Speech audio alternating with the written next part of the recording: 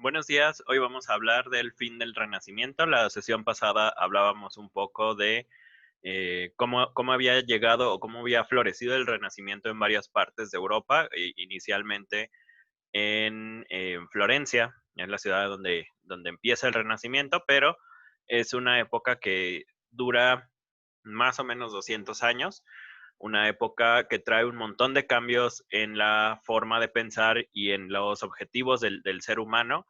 En 1400 tenemos uno de los inventos más importantes y que va a ayudar justamente a que se acabe el Renacimiento, que es perdón, la invención de la imprenta por Johannes Gutenberg. Y bueno, ahorita vamos a hablar un poquito de cómo se da esto. Tengo que decir que es un video que puede ser un tanto controversial para la gente que no conoce la historia de la religión.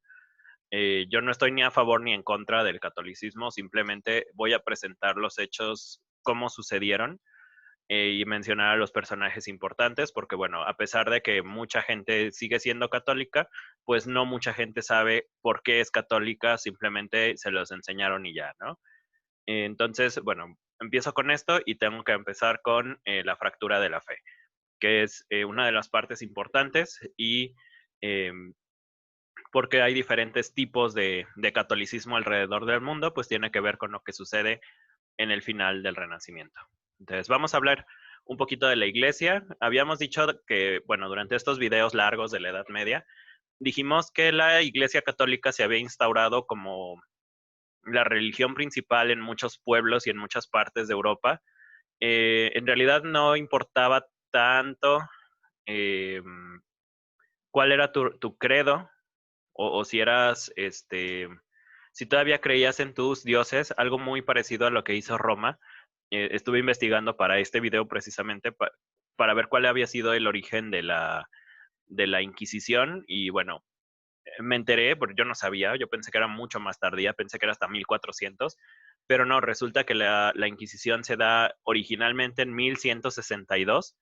Entonces durante la Edad Media ya existía la Inquisición, algo que yo no sabía, y, pero realmente era una Inquisición muy diferente a la que después vamos a conocer como el Santo Oficio.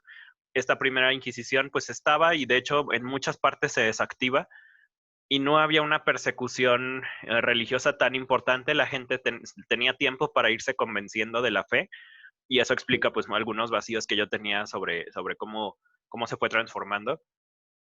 Porque, por ejemplo, a los vikingos nunca los casaron para obligarlos a ser católicos, simplemente se fue metiendo el catolicismo poco a poco y después se transformaron al catolicismo, que es lo que después nos da la obra de Snorri, ¿no? Bueno, el chiste es, la iglesia se había instaurado ya en casi toda Europa, era pues ya era una sola fe, una sola eh, religión, un solo credo, una sola creencia. Las misas se daban en latín en todas partes y además el Papa era la figura más poderosa de toda Europa.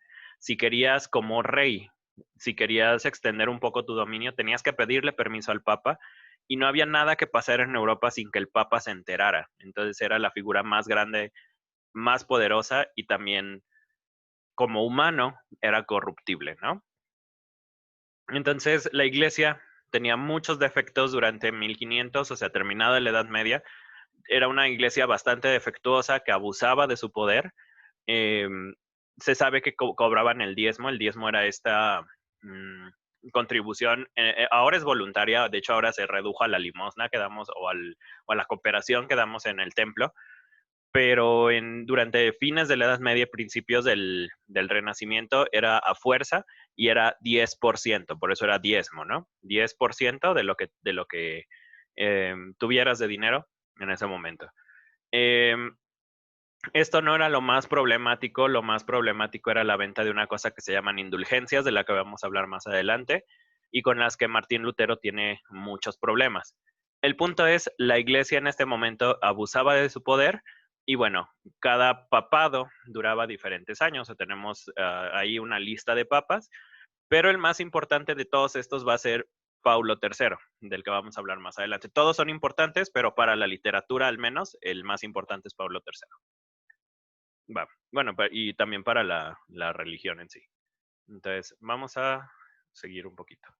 Entonces, lo más importante ahorita es, la iglesia está corrompida, sí dan misas, sí ofician, sí tienen sacerdotes, sí tienen gente que está convencida y que es, digamos, sí se acerca a esta idea del catolicismo puro o que busca la bondad del ser humano, pero también tienen una parte bastante corrompida. Tenemos aquí a Martín Lutero, que es otra de las figuras importantes de la historia de la religión y que tiene que ver con la literatura, obviamente, y ahorita vamos a eso. Tenemos, esto ya lo hablé en la diapositiva pasada, tenemos a este personaje que se llama Martin Luther, empieza con D, en alemán antiguo, pero después lo modernizan a Martin Luther. Entonces, bueno, Lutero, que es como se le conoce en español, es uno de los, una de las personas que veía estos abusos de la iglesia y cuando empezaron a cobrar indulgencias, que era, una indulgencia era un permiso o un pase, digamos, al cielo, tenías un permiso para pecar durante cierto tiempo y una vez que caducaba este permiso tenías que renovarlo. Bueno, esa es una versión. Había otras indulgencias que era, tú pecabas y tenías este permiso para morirte, digámoslo así, durante X tiempo, y si en 2 semanas no te morías, pues tenías que comprar otra indulgencia para que llegaras al cielo con tus pecados perdonados. Entonces, era una mafia completa que lucraba con la ignorancia de la gente y con esta necesidad de sentirse eh, permitidos pasar al cielo. Tiene mucho que ver con el desarrollo del mercantilismo y con el desarrollo de los mecenazgos y del gran poder adquisitivo que se tiene a finales de la Edad Media. Viene uno con otro, la iglesia se da cuenta de que hay más dinero y pues quieren meter más dinero y pues el pueblo es el que se lo da, ¿no? Bueno, a fin de cuentas, Martín Lutero desarrolla 95 puntos o 95 tesis de por qué la iglesia debería cambiar. Hay cosas que son muy importantes y que incluso ahora se ven. Hay algunas otras que pues están un tanto, eh, bueno, quizás como yo no soy hombre de fe, pues se me hacen exageradas.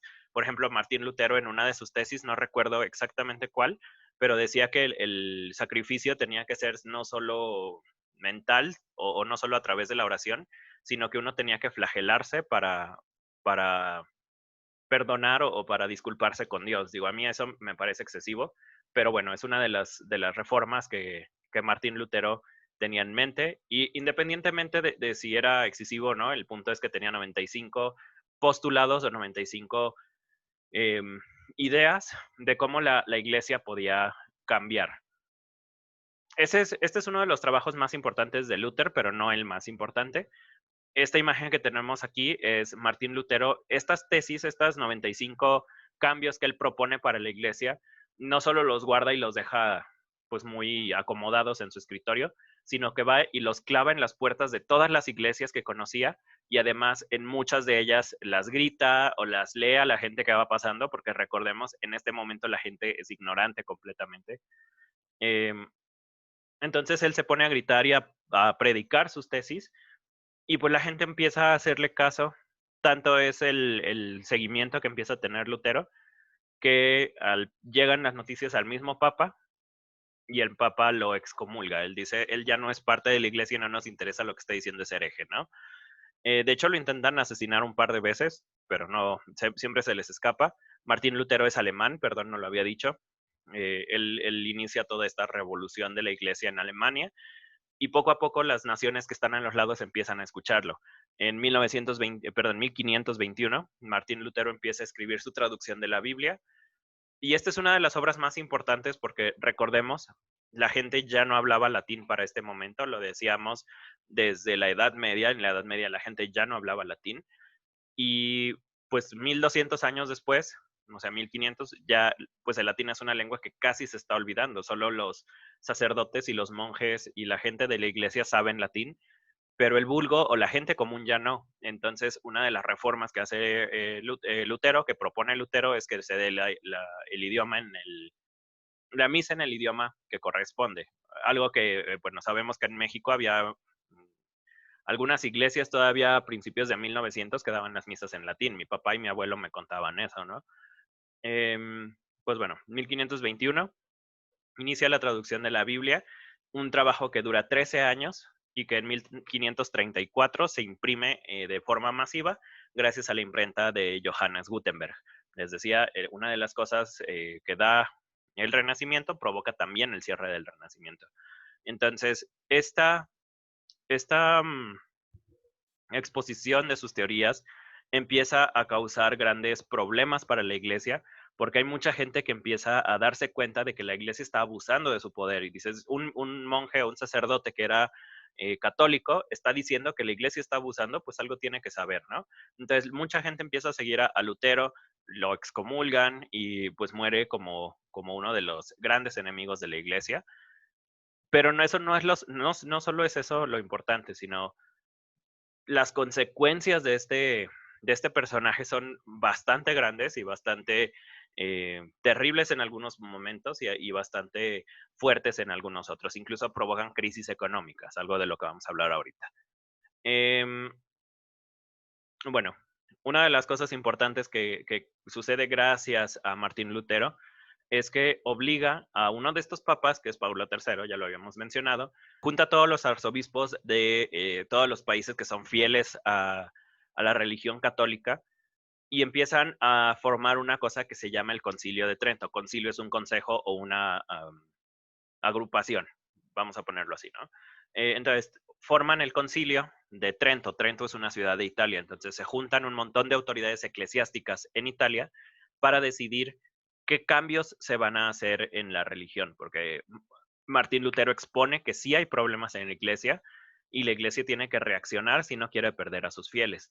Entonces, hay cambios importantes como se mete la idea del celibato, ya estaba como un poquito dicha esta idea, de los sacerdotes de preferencia no tenían que tener familia, pero si había, no había ningún problema. Pero a partir del Concilio de Trento, que inicia en 1545, entonces, a partir de entonces se hace esta reforma de la iglesia y ya hay pues una nueva ley, digamos, eclesiástica.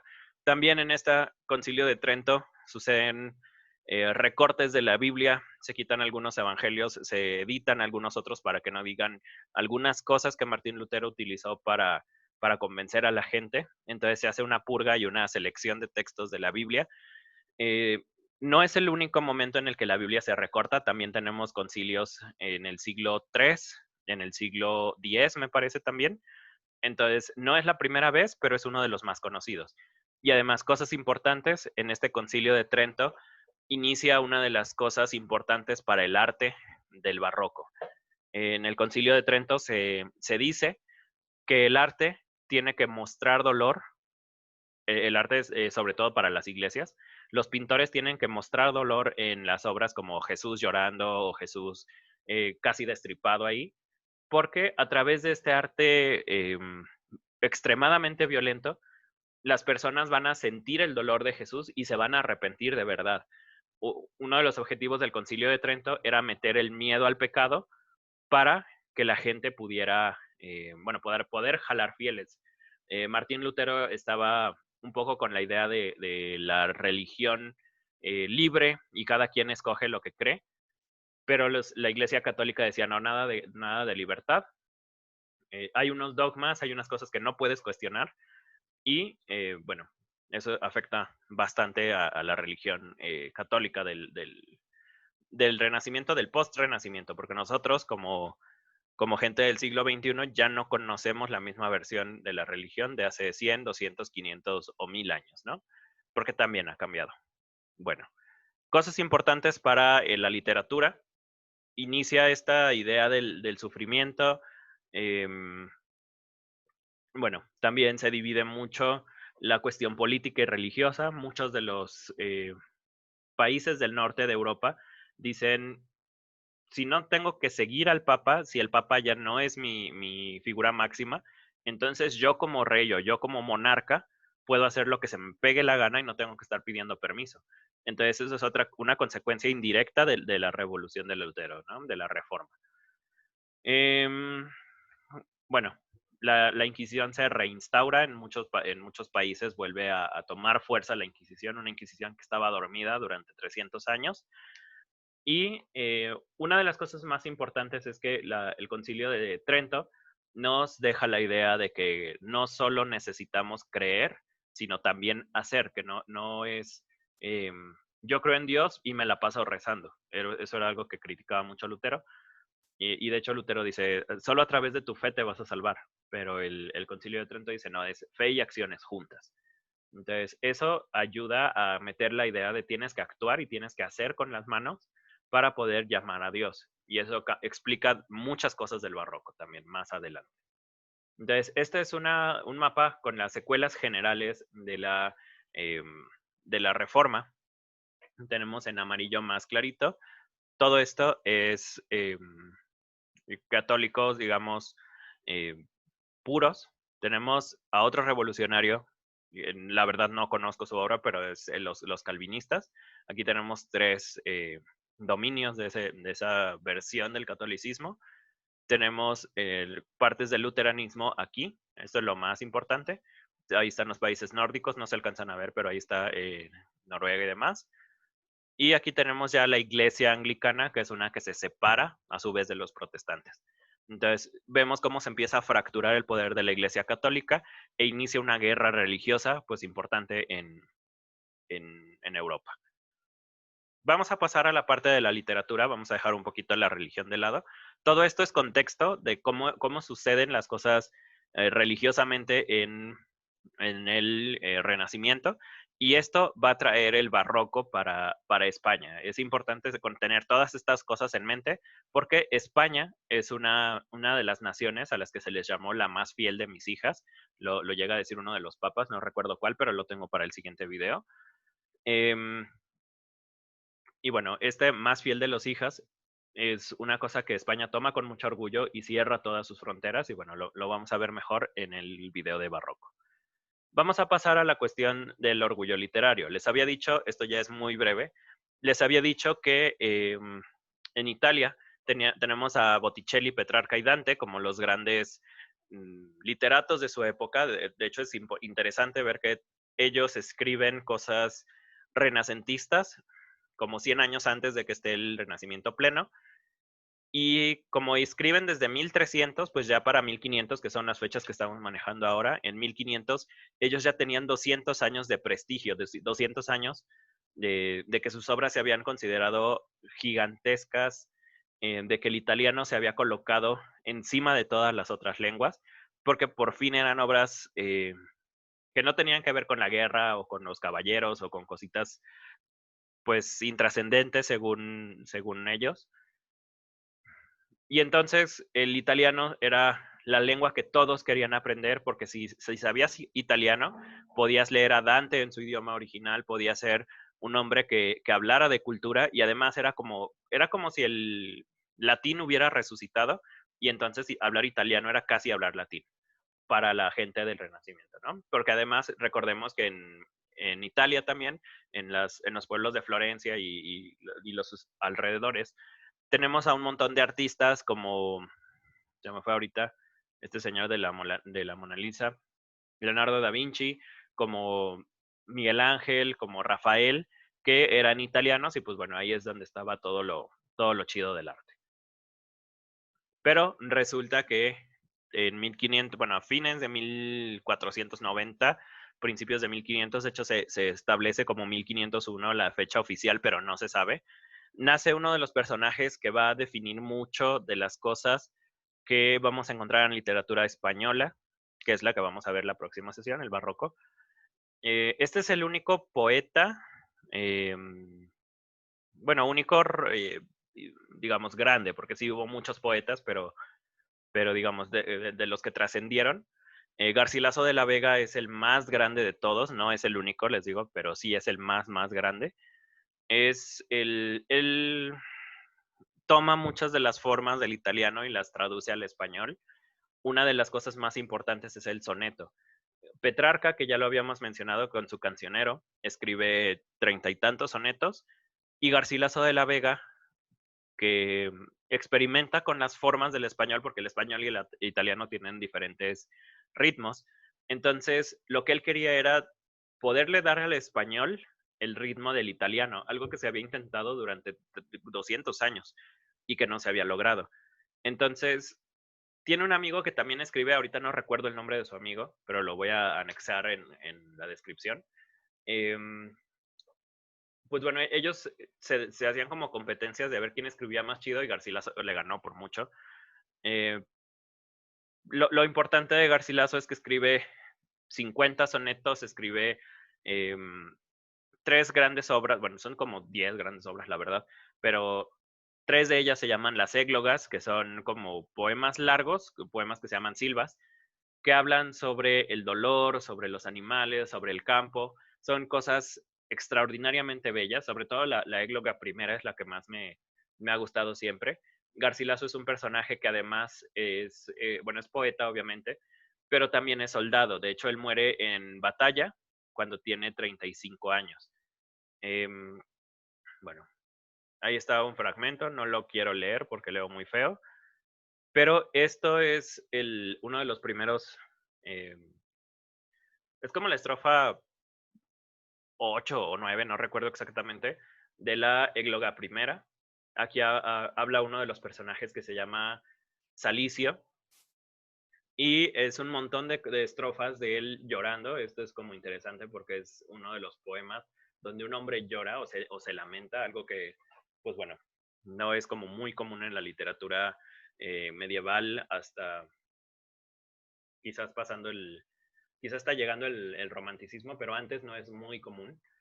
Tenemos aquí eh, esto. Bueno, voy a intentar leerlo, pero advierto que lo leo bastante mal. Entonces va. Oh, más dura que el mármol a mis quejas, y al encendido fuego en que me quemo, más helada que nieve Galatea. Estoy muriendo, y aún la vida temo. Témola con razón, pues tú me dejas, que no hay sin ti el vivir para que sea. Vergüenza he que me vea ninguno en tal estado, de ti desamparado, y de mí mismo yo me corro agora. De un alma te desdeña ser señora donde siempre moraste, no pudiendo de ella salir una hora. Salid sin duelo, lágrimas corriendo. Bueno, muchas cuestiones que se van a retomar en el barroco. Garcilaso de la Vega, perdón, establece muchos temas que se van a retomar después. El primero es como este lugar pastoril. Aquí estamos hablando de bueno, aquí no se ve tanto todavía, pero ya más adelante habla de las bestias, de las fieras, de los montes, cómo está con unas ovejas ahí caminando. Este se llama locus amenus o lugar agradable o lugar hermoso, perdón. Eh, el barroco, sobre todo Góngora y Lope de Vega, van a tomar mucho este tema del lugar hermoso, un lugar idílico, un lugar de ensoñación donde pueden ser felices. Tenemos el desdén amoroso, aquí tenemos a la Galatea que aparece como una figura constante y que después va a retomar también, obviamente basándose ya más en el mito original, va a retomar Góngora. Tenemos el dolor amoroso y dolor físico van a ser dos cuestiones que van a explotar a su máximo esplendor. Yo creo que Lope de Vega, pero sobre todo Francisco de Quevedo. Quevedo es el máximo de los poetas dolientes. Y además vamos a ver cómo la retórica o cómo se ve un orgullo por hablar español, que eso es algo de lo más importante que va a traer el barroco. En su momento, Garcilaso de la Vega le demuestra al mundo que el español también es una lengua que puede sonar muy padre y que además tiene todos los recursos y tiene todas las formas que el italiano pues ya presume, ¿no? El español dice, bueno, soy una lengua mixta, pero pues puedo dar cosas iguales o incluso mejores que las lenguas que se consideran cultas. Entonces, era una lengua que se consideraba de soldados y de montañeses nada más, una lengua tosca, pero Garcilaso de la Vega dice, pues no. Y bueno, solo para hacer un compendio rápido de obras literarias que empiezan a surgir en esta época, tenemos la Utopía de Tomás Moro, que ya la había mencionado en algún momento, tenemos El Príncipe de Maquiavelo, que aquí no lo puse, pero bueno, ahí está. Tenemos la Biblia de Lutero, que es una obra religiosa, pero también se considera importante para el Renacimiento.